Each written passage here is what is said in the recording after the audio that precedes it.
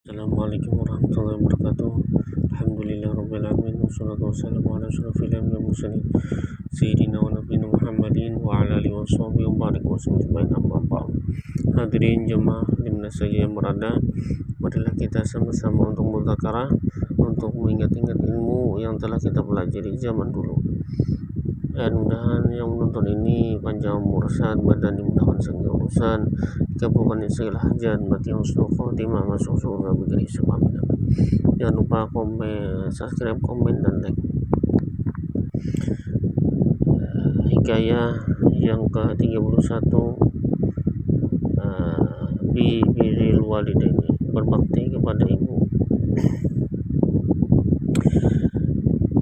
Dikisahkan bahwasanya Nabi Sulaiman sedang berada di atas angin melakukan penerbangan antara langit dan bumi. Pada suatu hari ia terbang melewati laut yang amat dalam. Dilihatnya ombak yang sangat besar yang dihempas oleh angin kencang. Nabi Sulaiman memerintahkan agar angin tetap tenang. Angin pun diam tenang. Lalu ia menyuruh kawanan setan menyelam di dalam air untuk melihat keadaan yang sedang terjadi di dalam laut. Kemudian satu persatu dari mereka menyelam ke dasar laut.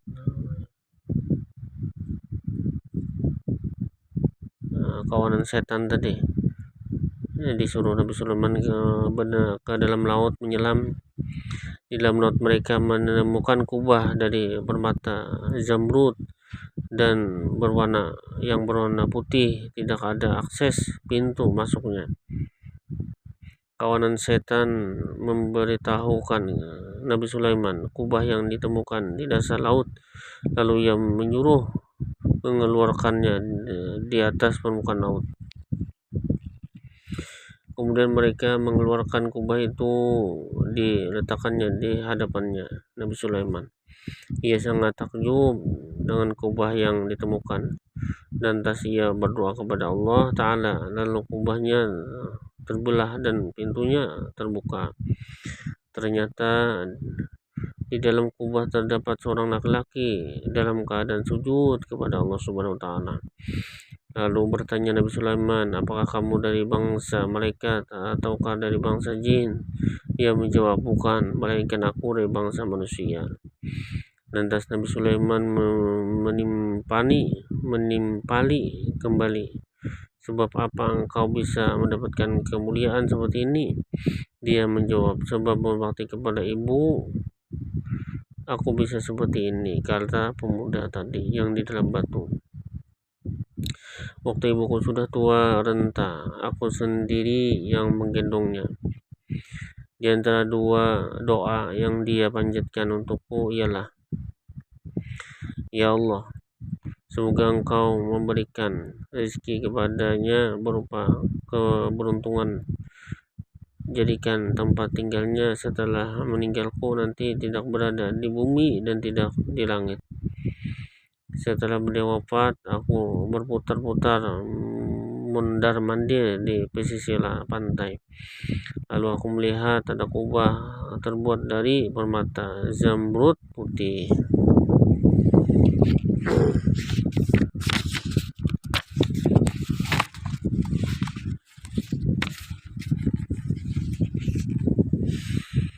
Aku pun mendekatinya. Tiba-tiba pintunya terbuka, kemudian aku masuk ke dalamnya. Dengan kuasa Allah Ta'ala pintu kubah tertutup kembali.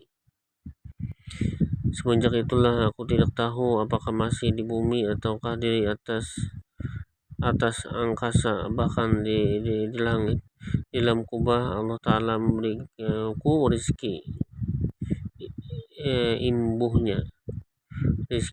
imbuhnya. Lalu bagaimana caranya rezeki bisa datang kepadaku di dalam kubah? Nabi Sulaiman bertanya kembali. Di saat aku lapar, dari dalam batu keluar pohon buah-buahan. Di saat aku lapar, dari dalam batu keluar pohon buah-buahan keluar dari pohon itu. air yang lebih putih dari susu, lebih manis dari madu, dan lebih dingin dari salju. Aku makan dan meminumnya. Lalu ketika aku kenyang dan telah segar, maka hilanglah semua itu, jawabnya. Lalu bagaimana engkau mengetahui siang malam? Nabiullah Sulaiman penasaran. Jika tiba waktu fajar, kubah bercahaya berwarna putih. Di saat matahari tenggelam, cahaya kubah redup. Dengan itu aku mengetahui siang malam, ucap dia, seorang laki-laki tadi. Kemudian dia berdoa kepada Allah Ta'ala. Pintu kubah kembali tertutup. Kubah berubah menjadi seperti telur onta dan kembali lagi ke atasnya di dasar laut. Dan Allah Subhanahu Wa Ta'ala berkuasa atas segalanya.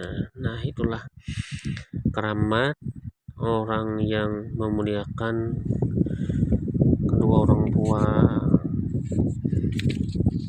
Bila memuliakan orang tua, maka Allah Ta'ala pun memuliakan seseorang itu. Ini satu kisah bagaimanapun orang tua kita agar disayangi, agar dihormati.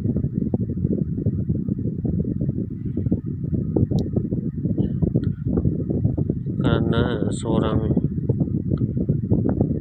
seorang laki-laki ini menghormati kepada orang tuanya. Seorang peibadah ini memelihara orang tuanya.